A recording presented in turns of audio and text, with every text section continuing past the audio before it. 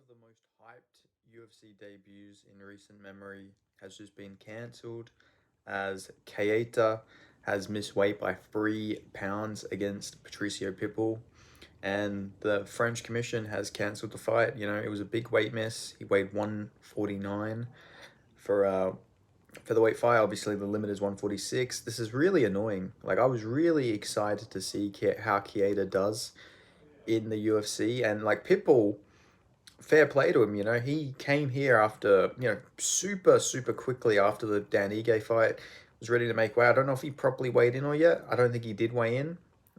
They could have probably turned this into a catch weight, but like, why take the risk? You know, Pitbull isn't a big lightweight. He's not even a big featherweight, so why would he, take this fight at lightweight against Keita, who clearly is just more suited for lightweight? But I also feel bad for Keita because he did take this fight on like 3 weeks notice for his UFC debut, but like, this is not a good start to your working relationship with the UFC by missing weight and having your debut cancelled. So it'll be interesting to see if they let him stay at featherweight. Maybe on a full camp he can make the weight limit, but yeah, just very disappointing all round. That, I think this was the debut that a lot of us were really excited to see. Octagon champion, good resume, only loss is an injury.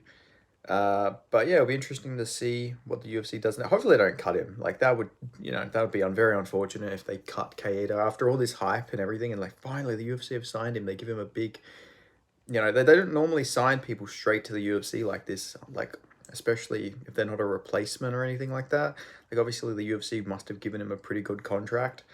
So hopefully they'll be able to see the fruit of their labor with that contract. Hopefully we'll get to see him fight in the UFC and they don't just they don't just cut him. That would be unfortunate, but I guess we'll see how it plays out. But very disappointing news for UFC Paris, but it's still a very good card, obviously.